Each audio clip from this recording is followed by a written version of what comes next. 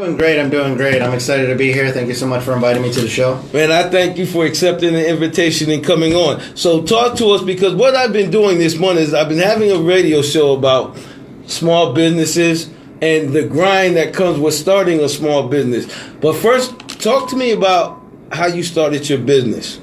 Okay. Well, when I first started on my video journey, I started at the age of 14, and during that time, I was first fiddling around with like video editing, and I used to do like gameplay videos for like YouTube and stuff like that.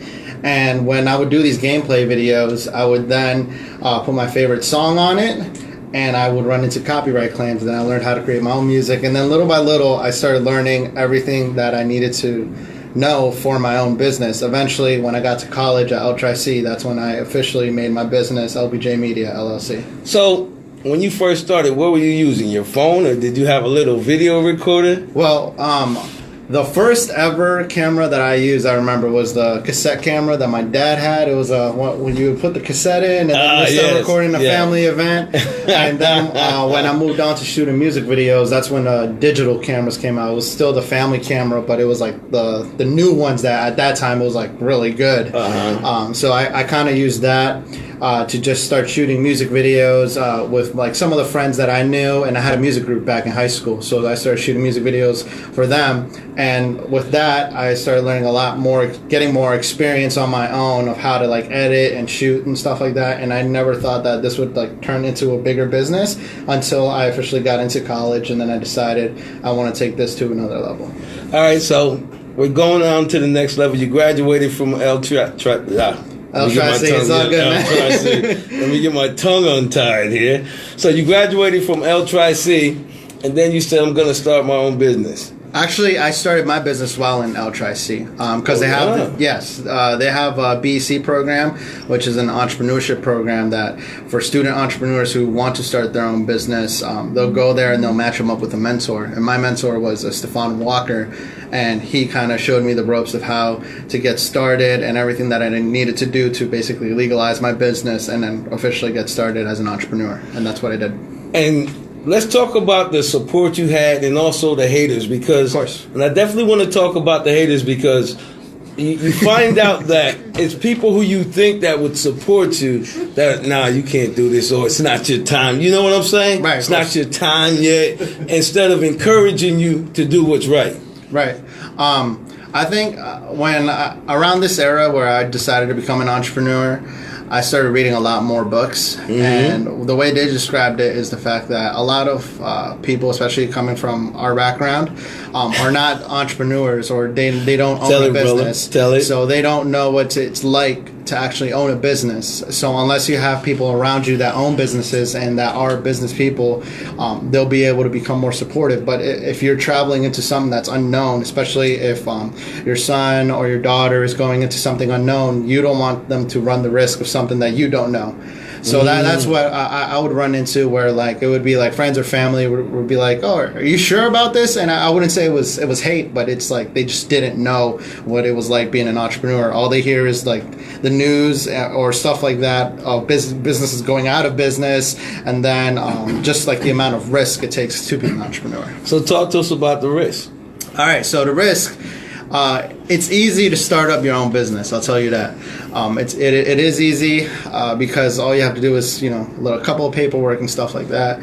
But when it comes to actually maintaining the business, it's a lot more going out there and being more of a hunter. So you have to go hunt out for the customers. You have to go out to events, meet new people. If you're an introvert, you have to get out of your comfort zone and go meet people, shake hands, tell them about yourself, get people interested. And then that's how I met you, through a networking event. Yeah, Maurice don't have that problem. Yeah. I'm an introvert. What are you talking about? he came up to me. He was like, "Hey, brother, what you do?" You thought he was going to try to sell you some candy. Really, I was out my comfort zone. But go ahead, brother. So you have to hustle, and I like that, because now you're talking about the game of hustling, and let's be honest, in our community, we understand about hustling. We do it the wrong way. Right. And you have turned that energy, because it's the same energy. It's designed to how you tailor it. You can use it to sell drugs, hustling, or you can use it to do your business hustling. But it's the same energy. What kept you focused? Because you are from Allentown, correct me if I'm right. Exactly, yeah. What part of Allentown? Southside Allentown. I lived in Allentown most of my life. Okay. I went to through the whole Allentown school district. So I know where you're coming from with that, because when I was in high school, I had friends, and of course I had some friends that were drug dealers and stuff like that. And I believe that with that mindset, a lot of them don't know that they are entrepreneurs and they have that spirit in them. Stop right there. We got to say that again, because what you said is just so profound, because it's true. I've always said the same thing. So can you say that again?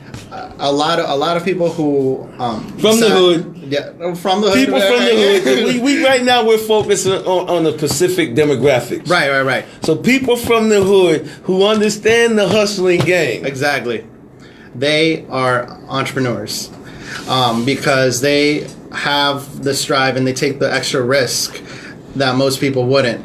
Hold it, because that's, brother, I love what you're saying. They take the extra risk.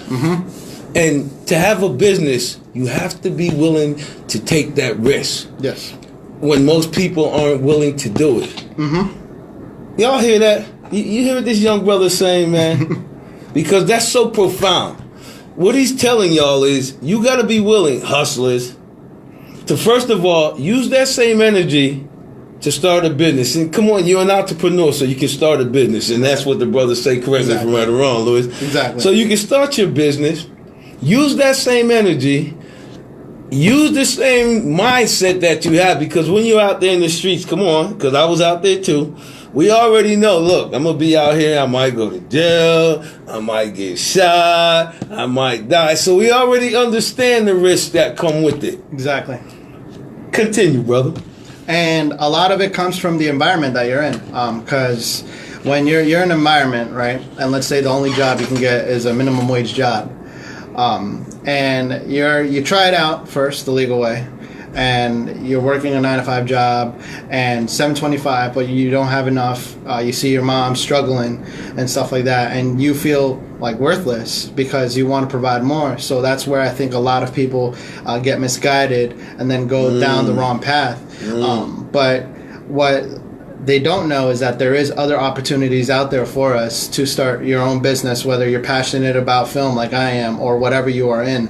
It just takes a lot of dedication, focus, determination, and I feel like with just a little bit of that and then someone to support you, whether it's just what I learned is like you just need one believer. If you can convince someone and just one person to believe in you, then you can pull it through, because if you can convince one person, you can convince 100. If you can convince 100, you can convince 1,000. This is for you old heads out there. What are you clapping for? Where you think you at? This is for you old heads out here. You hear what the young head is saying? He's talking about mentorship now, which is so important. And man, I love it because of the profoundness of everything you're saying right now. You're talking about how you had to have that one person that believed in you, so that you could also shut out all the we're not going to call them haters. We'll call them doubters. Right. Which are haters. We'll call them doubters. We'll call them doubters. But you had that one person, because we all go there when it's like, man, I feel like quitting. I'm tired of this. It seems like I'm not getting to where I want to be. But you need that one person to just give you some encouragement, to have you still focus on the vision that you have, that at no other time or at that time other people can't see, but you see it. Exactly. And don't get me wrong, it's not a one-time thing where once you get over that hurdle, you never face thinking about quitting and stuff like that. You're constantly going through that, because entrepreneurship, the reason why it's a risk-taker thing is because it's not a steady stream of income. Some months you're packing with money, and then some other months you're just like, okay, I have to get a customer or else I run the risk of going out of business. But it's that hustling mentality that keeps you going, though. Exactly. It's like a love-hate relationship. I don't know if it's a little toxic, a little bit with it, but it's just something about it that I love it, because the moment I feel like I'm getting lazy, or if I'm not, like it lets me know, and that's when I know I got to get out there. I got to stop, and I snap out of it, because it's kind of a hunter mentality. Like you either die hungry or you. How old are you? I'm 20. I recently turned 24. Listen to me. Listen to me. Listen to me. Listeners, we have this young brother here. He's an entrepreneur. He's talking some profound stuff about starting a business, which I love, and that's why I brought him here. We talked about the struggles. He's talking about the need for mentorship. And what I love about Lewis is he's humble. And that's the key. Mm-hmm. It's not just about also you having a business, but the one thing I learned about people of color who are young, we're scared to humble ourselves so that we can learn. Mm-hmm. Because we think we know it all, not realizing that we all need mentorship. And it was even hard for me. Listen. I can tell you many stories where I used to get called up when I was in the Navy and my department head and my senior chief wanted to talk to me, and I used to hate it because I was prideful. Right. And at the time I didn't understand. They were giving me wisdom to be better because they saw something in me that I didn't see in myself. Exactly. And old heads, that's why it's so important that we mentor these young heads, man. They need it because you have wisdom that you can pass on to them, and you don't know what that'll spark in them. Mm-hmm. Continue, brother.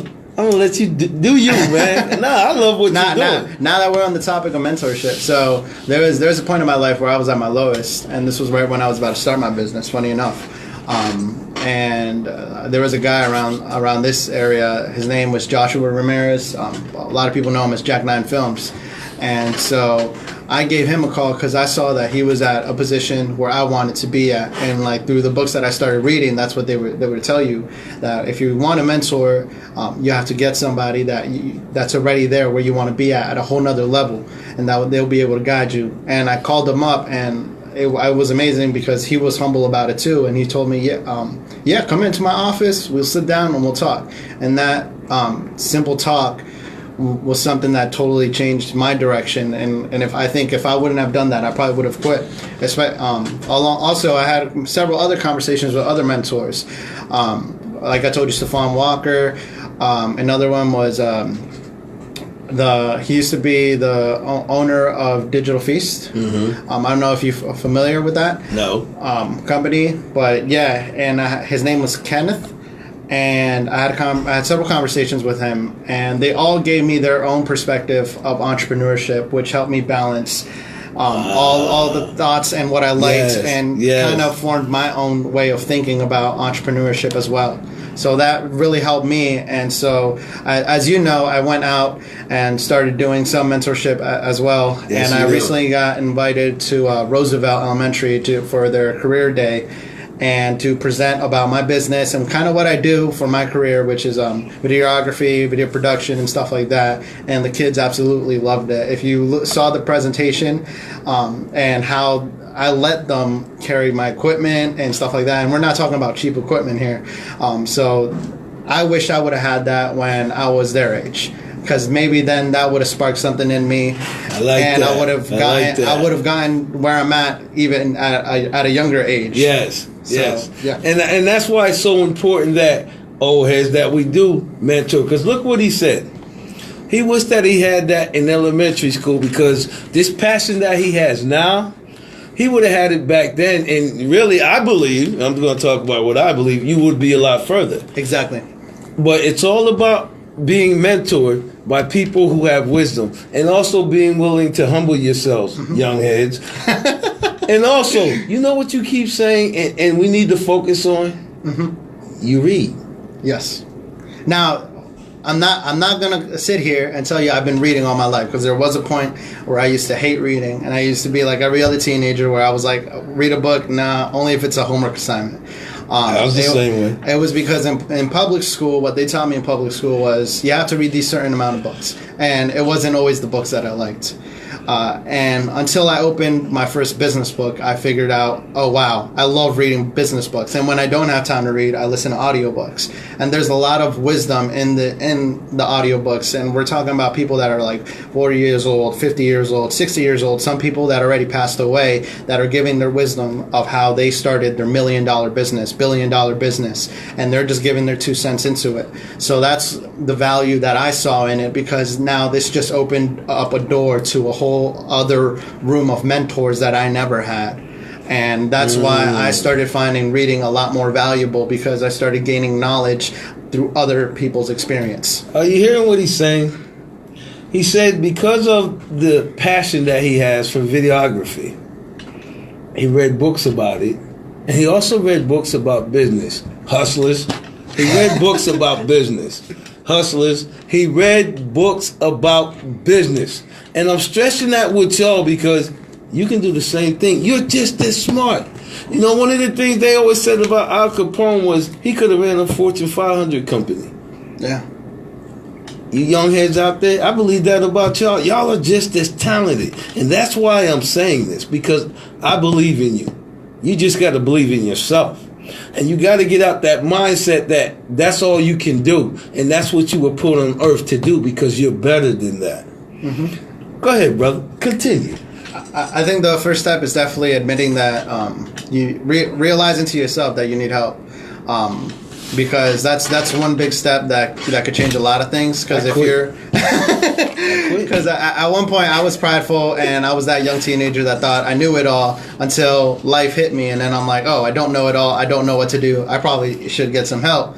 And that's the thing, because once you realize you need help, you'll go out and then you'll research if there's resources out there for them. And they are, but people need to go and research for them, because the resources aren't just going to come to you. They're what my mentor, Stefan Walker, would say, hidden gems. So there's a lot of hidden gems out there that you just have to go and get them. Are y'all hearing that?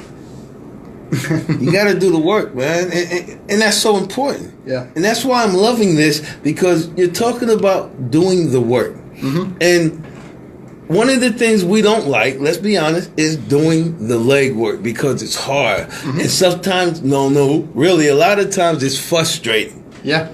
And that's the thing, like you said when you first started, that's the stuff that'll make you quit. When you're building that foundation, you get so frustrated. It's like, man, I ain't got time for this. Right. I could be doing something else. I could be doing something easier. But it's that vision you have that keeps you going. It's the mentors that you come in contact that keeps you going.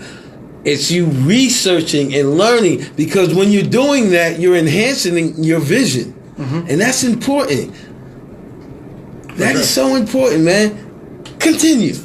You see, I'm just doing play-by-play. No, continue. Of course. I definitely feel you on that.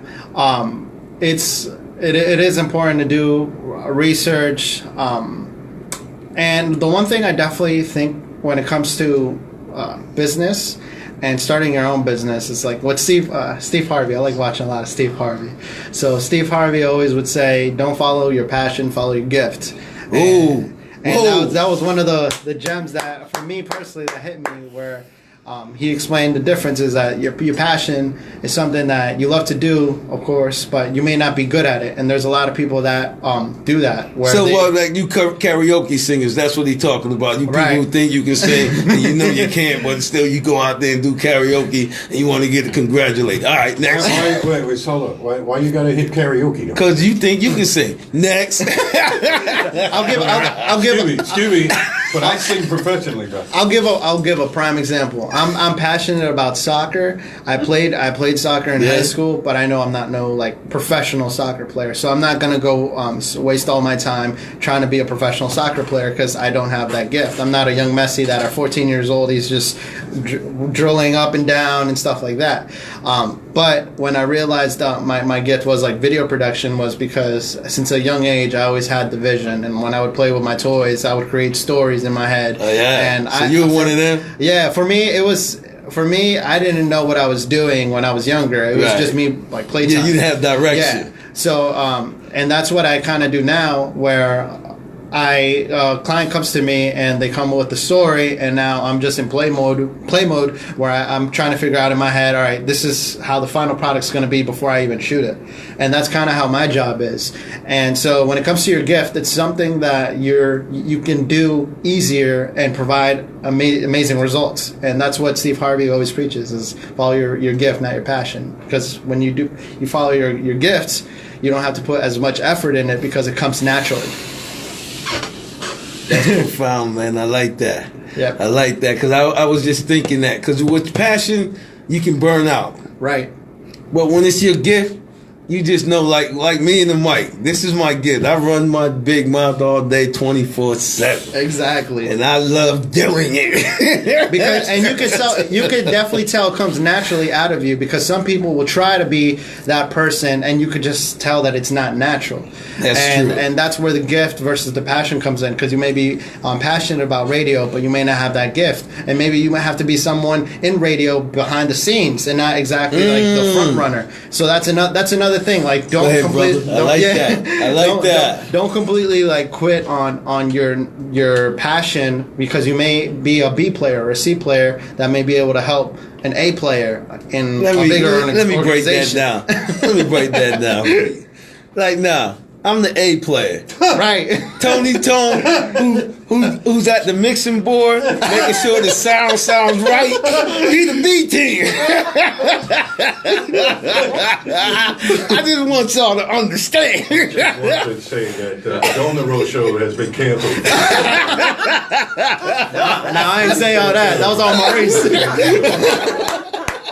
further interview yours truly, DJ Tony Tone. Security? Oh, God. Continue, brother, because man, first of all, let me say this. You're 24 years old, man, and you got a lot of wisdom. Mm-hmm. I was nothing like you at your age, and I like that. Me, I was so prideful, and I was doing stupid stuff. And to see a young man like you focus, you understand your worth, which I love. Mm-hmm.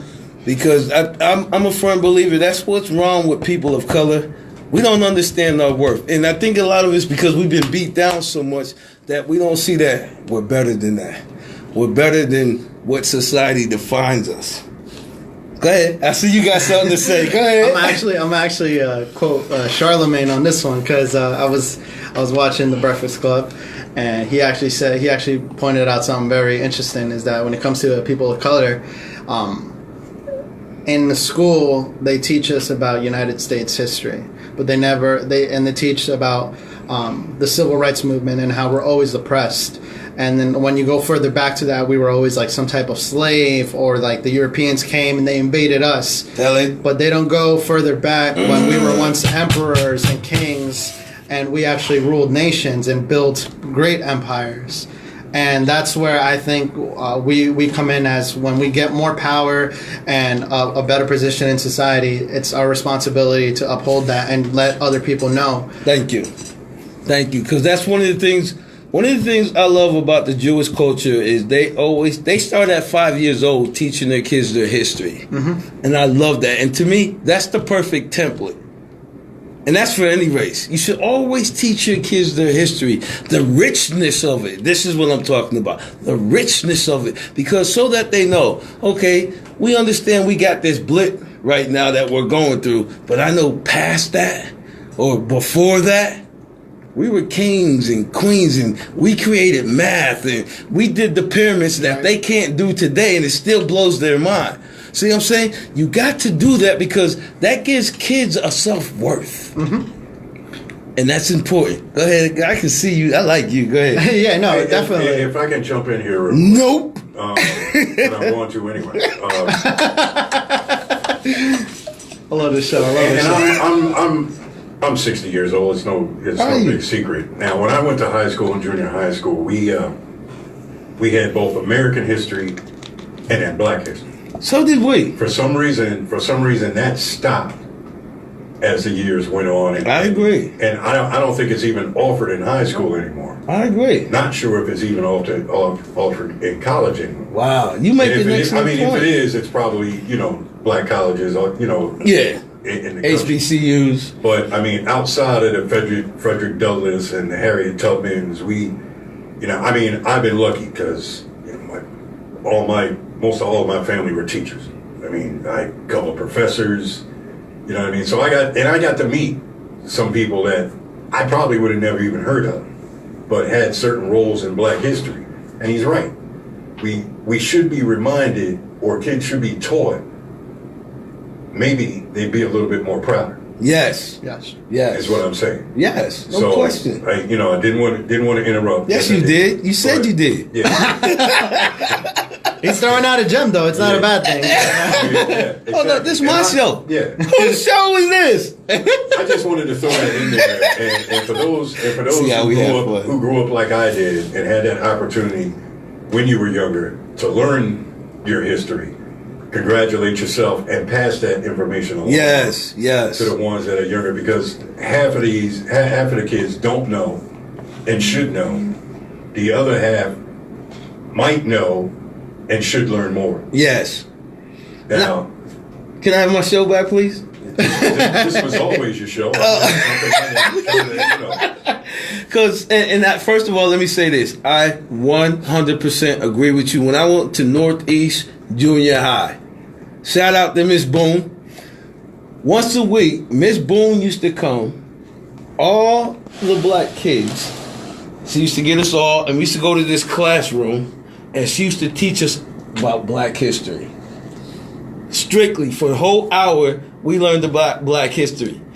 And I think that's one of the things that gave me my self-worth. I can even remember my mom, she had all these cups, right, with all these Black people who did great things, like one of the first Black to go to Antarctica and stuff like that, Black kings and queens. And I brought it all to school, and we would talk about this stuff. And that gives you a sense of worth, and it also gives you a sense of purpose. And that's important. We have to have that. And we got to get back to that. And I was thinking about that very thing, about when I used to go to school and what they used to do for us to give us some self-worth. Yeah, I just would like to know what happened. That's a great point. From what I learned is the fact that around the civil rights era, when they started separating the schools, they were making sure that colored people weren't getting the same education. And yes. I think till this day that we're feeling that effect. Oh, no question. Because it was that colored people would go to their own school, and once the civil rights movement started coming along and we started fighting for it, now they noticed we can't do that because that's racist. So now we're going to separate it by school districts and income, because who has the lowest amount of income? It's usually too smart for you. It's very smart, man. It's too smart. It's usually colored people, and that's where the oppression from like the government would come in. Go ahead. And that's what causes a lot of the violence and like things that happen today. And all poor, because this is my thing. I lived in Scotland for 3 years, and I always tell people, I don't care what poor neighborhood you go to, you're going to have violence. I was in Scotland, in York, in the ghetto, and there was violence. Right. So I know no matter where you go, if it's poor or you have poverty, violence and drugs, they go hand in hand. And there's nothing you can do about that. Listen, the show is up. My dude. My dude. No, wait a minute. I do have one more question. Why you always got to get involved with my show, man? These are things I'd like to know. So, Louis, if you can, real quick, can you tell us about your business and what it all involves? Okay, so to repeat your question, and you just want to know a little bit more about my business and what it does? Bit more. Okay, so LBJ Media is a creative marketing agency. We provide media solutions for both businesses and for personal use. So what we're strong on is video production, but we also offer photography, audio engineering, marketing, and branding. And a lot of customers do come to me for video production, and then we end up usually handling everything else, because then they'll be like, oh, you did this amazing video, we also need a website to put this amazing video on, and then we'll design the website, or they'll want like a flyer or something like that, and we just create and establish long-term relationships with customers. Okay. Anything else, Mr. Tony? All right, everybody, we're out. This is the Dome That Roams, and as I always say, deuces. Thank you so much, man. Nah, man. You are a very, very intelligent brother, man. I love this interview.